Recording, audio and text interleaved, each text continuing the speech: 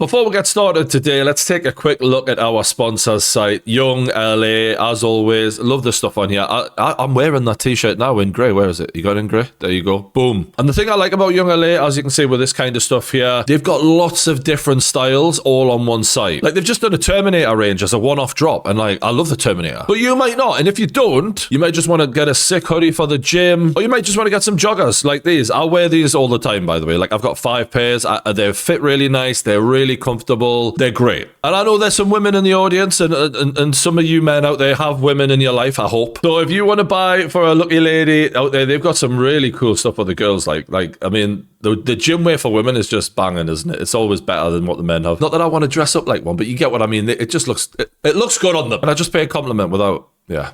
Anyway, go to Young LA, 15% off when you use my code TRUE at checkout.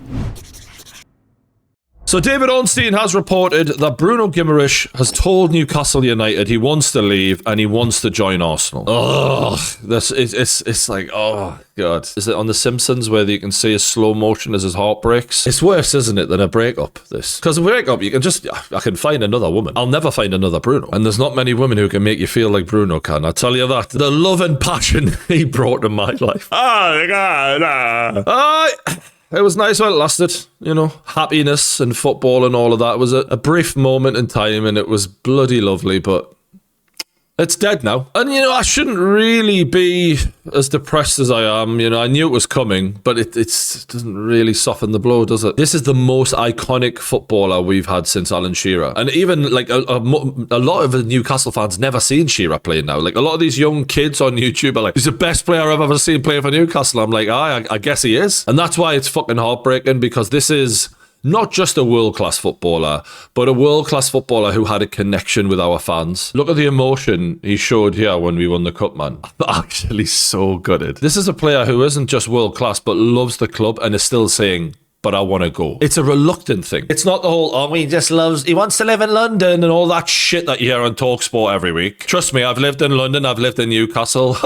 I prefer not getting shot. Do you know, no, it's like, I'm saying that because like the first week I lived in London, there was a shooting on the street I moved into. Do you know, I've never known anyone get shot anywhere near me in Newcastle, by the way. That was week 1. And there was a bloke out, like, as you walk into the estate, shitting outside, just in the street in London. That's never happened in Newcastle once to me. Multiple times, people just pissing in the street in London. People are like, oh, there's London, it's the bright lights of London, is it? Fuck off. I'm not hearing that ever again. I'm sorry, like, go and take a trip to the beaches in Newcastle, the countryside, and then come back and talk to me, right? Enough of that narrative. You can talk about more money and trophies all you like, but let's stop acting like London is Hollywood, right? Fuck off. Be in Hollywood. London is not that. Sorry. I'm in an emotional place right now. I didn't mean to diss London. There are some nice sights and all of that, all right? I'll give you that. But come on, I am losing it a bit. This is the vote of no confidence from someone who loves the club and someone who we would aspire to keep for the rest of his career. He's saying, I don't believe in the owners. I don't believe in the manager. This is going nowhere. And you know what? He's right.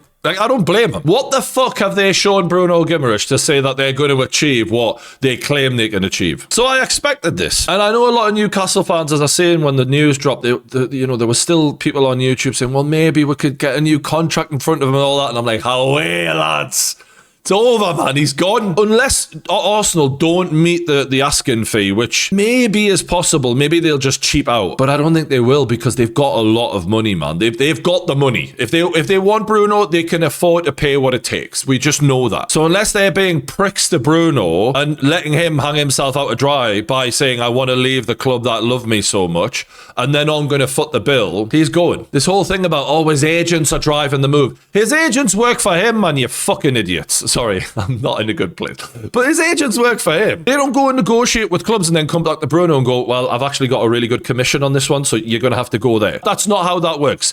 They do what he tells them to do. The minute his agents were talking to clubs, everyone should have known where this was going. His mind was already made up, man, before the World Cup. His mind was made up at fucking Fulham on the last day of the season when he downed tools for Eddie Howe. He wasn't playing for the manager then. The captain of this football club was not playing for that manager. Fact. Just some people didn't go the full way and connect the dots. That was the moment we should have known it was over. And I know there's a lot of Arsenal fans who, you know, are kind of on the fence of like, well, how much should we pay for him? You know, he's 28 going on 29. He's only a year older than Declan Rice, by the way. And if we're comparing him to Declan Rice last season, who's apparently the greatest thing ever at the moment at Arsenal, Rice got 4 goals and 5 assists. Bruno got 9 goals and 5 assists, and he did that in 8 games less than Declan Rice. He didn't play as many games as him. And this is in a market where Sandro Tonali, who can't lace Bruno's boots, has just gone for 100 million, and Elliot Anderson is going for what, 120, 130, whatever the fucking truth is. Bruno is better than both of them right now. So yes, the fee won't be as much as them because of his age, but let's not act like the quality isn't there and that he would not be a massive signing for an Arsenal side that is currently running Declan Rice into the fucking ground. You've seen him icing his fucking legs for England. If you keep overplaying him like this, he's going to be about as much use as Declan fucking Donnelly. That's the deck out of Ant and Deck, for those who don't know. The point is I think any less than 80 million and we've fucked it, really. And Arsenal fans, if you think that's driving a hard bargain, you just don't know how good Bruno is, really. Because he would fucking smash it for Arsenal. He would absolutely level them up. All of you Arsenal fans complaining about the style of football you're playing, Bruno would immediately make it better. And you're looking for a new left winger. Who's going to play the balls in behind for players like that? It's Bruno. So for me, Newcastle absolutely have to stay strong here, because if we don't and we sell him on the cheap, we're just going to look like a soft touch. We already do. You're seeing it all over YouTube where everyone says, oh, he's not for sale. That's what you said about Alexander Isak. So we've already shown weakness. As bad as it would be to keep a player like a Bruno, who's the value he is at the club, and him being unhappy and all of that, it wouldn't be good. For a fee like 60 fucking million, I'd rather them do that. I don't care what happens. We cannot show weakness. Not now that we've been so strong on the Tonali valuation. We've actually got a bit of respect back in the business in that sense. We need to show strength again. More so because of what happened last summer. We sold Anthony Gordon for 80 million. We've sold Tonali for 100 million, but we're not in the financial position we should be because Eddie Howe spunked 250 fucking million last summer, and a lot of it was wasted. Malik Chow was a good signing. Alanga has not looked like a footballer, right? Like, I love the guy. He seems like a really nice kid. Not look like a footballer. Jacob Ramsey has been bang average. Handful of good games. He's been bang fucking average. 40 million was spent on that. Wissau has been terrible. I mean, he was even terrible against England, for Christ's sake. And Voltemora looks like a quality footballer who is being played in a system that doesn't suit him, in a manager that hasn't got a fucking clue how to get the best out of him, because he doesn't play possession-based football. He doesn't play the style of players around him that he needs. And it was just such a clueless signing. So we need every penny we can get now for the rebuild of this squad, especially if we're going to allow the type of goals and assists to walk out the door in Bruno Guimarães. Eddie was terrible last season, and he was bailed out time and time again by the Superman act that Bruno put on. He constantly rescued Eddie's shocking tactics, shocking lineups, you name it. He got the halftime team talks, everything that he could have done badly, Eddie did terribly last season. And Bruno was one of the main reasons we didn't get relegated, because without him, probably would have been. And speaking of Eddie, I have to laugh, man. Like, last season, there were people saying, if Eddie goes, if you sack Eddie, all the best players will want to leave. Oh, well then. So glad we kept them, because that's worked out fantastic, hasn't it? And look, it's actually sad how right I've been proven, and yet we've still got people online saying, oh, Eddie Howe isn't to blame. And look, I'm not saying Eddie is completely responsible, like 100%, but bloody hell. To say he hasn't played a role in all of the downfall of this club when he's the fucking manager, I can't take it seriously anymore. Like, I'm having to just totally disconnect. You don't get to have credit and then not take responsibility for when it goes bad. He was responsible for the whole thing. And that's the level of childishness that you see grown adults, you know, coming out with, that lack of logic. The man had a team in 5th place, spent £250 million on players, took them out of the Champions League spots. We were lucky to finish 12th by the end of the season, man. We were averaging a point a game. It was relegation form for fucking months. And we all know how important it is to these level of players to have Champions League football. And Eddie is one of the main reasons we did not achieve that. His tactics, his signings, his players, his everything. He was in control. He got done tactically, he got done motivationally by other managers constantly, and he failed. And the idea that him failing to get Champions League football has nothing to do with all of these players wanting to leave. In the last 12 months, Isak, Gordon, Tonali, now Bruno, all leaving, and that's now to do with the manager. Do me a fucking favour, man, honestly. And I said this was going to happen in fucking February, right at the start of February. I said whether it's now or the summer, players like Tonali and Livramento, etc., meaning a multiple exodus that was coming, would be leaving after the mess Eddie had made of the season. That's what fans need to remember when backing Eddie, regardless of how bad we play. This will cost us more than just Champions League spots. I seen this coming a mile off. When Eddie Howe FC became a thing and people started supporting Eddie more than the actual club, I knew this was going to happen. It wasn't just going to be as simple as, oh, well, we'll lose out on Champions League football and everything just carries on as normal. Fuck no. You finish in the bottom half of the league, and players who want to have a bright future in football don't want to be a part of that. Of course not. And I pointed that out yesterday, like, don't be surprised. On X, I tweeted it out, and I had people like having a go at me, and basically that my ego is more important than Newcastle actually winning football matches. And I don't want to make this about me, but like when I'm constantly getting attacked online for trying to say what's best for the football club, I'm like, I can't win here. If I say everything's fine, you know, we're losing all these games, we're finishing on the bottom of the table, but there's not going to be a mass exodus, well then I'm clueless, aren't I? I'm an idiot. I don't know what the fuck I'm talking about, clearly. But then if I say, well, you know, there's going to be a mass exodus, like we're actually in fucking big trouble here, and this isn't going to just be, oh, we'll miss out on Champions League football. The shit's going to hit the fan here and players are going to want to leave. Well, then I'm a bad fan then. And all I care about is being right. I can't fucking win with these people. And that's why I get annoyed. That's why I sort of rub their noses in it when they keep getting proven wrong, because I get met with such abuse that I'm like, well, am I going to be classy about this when they've been pricks to me? I'm a fuck. And maybe that's why people think I'm glad that I was proven right, because the attitude that I come out with. But people don't understand what it's like when you're trying to see what's best for your football club and you're met with such shit. And especially when that shit is illogical and moronic and they ain't got a fucking clue, and I'm trying to actually say what will help the football club. And maybe I come across wrong, but I feel like I'm on the fucking Titanic and I'm like, you know, there's fucking icebergs over there. And this lot are just eating the slop that Eddie Howe was serving up and fucking ignoring us.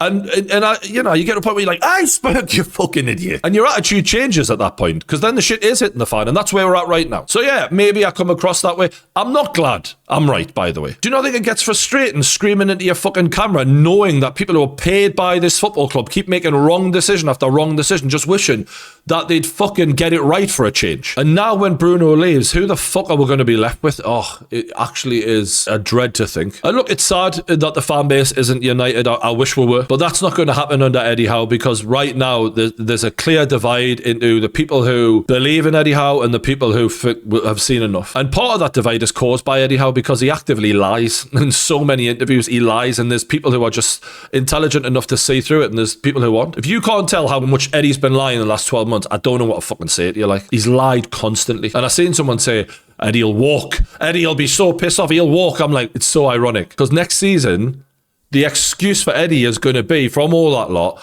oh, well, he's lost his best players. And I'm like, oh, he's lost his best players, has he? What? How was it going with his best players? We were lucky to finish 12th from memory, like. And why have his best players decided, I don't want to play for you anymore, I'm off? It's a collapse that he fucking caused, and yet they're going to use it as the excuse as to why he's shit in future. It's the perfect situation for him. Now we can't question him. Oh, well, he's not got his best players. And look, I'm not going to put it all on Eddie, because I said I wouldn't. Like, at the end of the day, the owners have got a lot to fucking answer for. The commitment from them has been not what we thought. Yeah, there's been investment there, but there's been nowhere near what we thought there was going to be. And I'm not just talking about players. Obviously, the rules are a problem, and they are deliberately set up to stop Newcastle, Aston Villa from chasing down the big six. But we could have had a new stadium built by now. Literally, it's been 5 fucking years. We could have a new training ground. Nothing.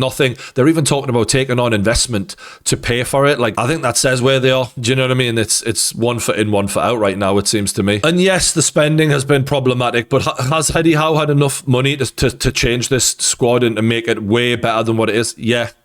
And he's fucked it. He didn't fuck it the whole way through, but after a few years, he's fucked it. And I think about moments last season that must have made Bruno go, nah, this isn't it. Like, and I think back to the Sunderland game where he and Eddie disagreed on their assessment of the game, where Bruno said, this was a mess. We didn't have a shot for over 60 minutes against Sunderland, for fuck's sake. That's a mess. And Eddie disagreed. And I think that really shows where their standards are completely in different directions. And it's actually an interesting approach that Newcastle have got in the transfer market right now. Like, we're going for really young players while telling everyone we don't have a lot of money. And I'm like, if you're letting senior players go and you don't have a lot of money to replace them, and then you're getting kids who probably won't be able to play in the first team immediately, given we've got a manager who, Eddie doesn't want to play young players. He's made that abundantly clear. He will do it if he absolutely has to, but he waits for as long as possible. And even when he does play them, the minute that the old pro is fit to again, you're back in the fucking bench, mate. So we don't even really have the manager who wants to do that. And look, I'm not mad at the young lads who are coming in. I wish them all the best, and I fucking hope that the team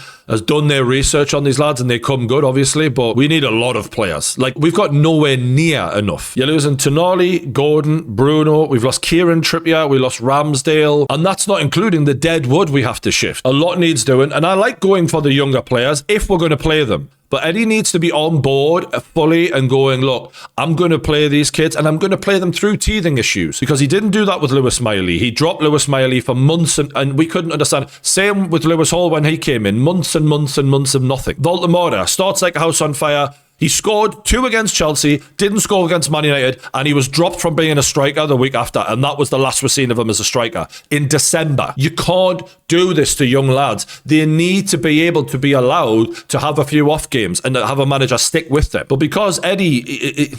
he's a bit of a coward. He doesn't have the bravery that it takes to go through that and to stick his neck on the line. But if we keep signing these young lads, you've got no other choice. Unless he does what really worries me, which is play these old crap players who have been and had their day. And if we do that, and these young lads don't get given the time to come good, we might as well sack the fucking whole thing off. But look, I'll finish it on this. It's never been more obvious, given the exodus, given the new approach and signings. We needed a new manager this summer. We absolutely needed a fresh look and fresh ideas, because it was crying out for a new face to come in and freshen this club up, because my God, it's not as it doesn't just gone stale, it's rotten at this point, really. And we need massive reinvestment, like serious. Anyway, I'll leave it at that. Bloody hell. Let me know what you think in the comments below. Appreciate all of the support for the kickoff. I'll see you on the next one.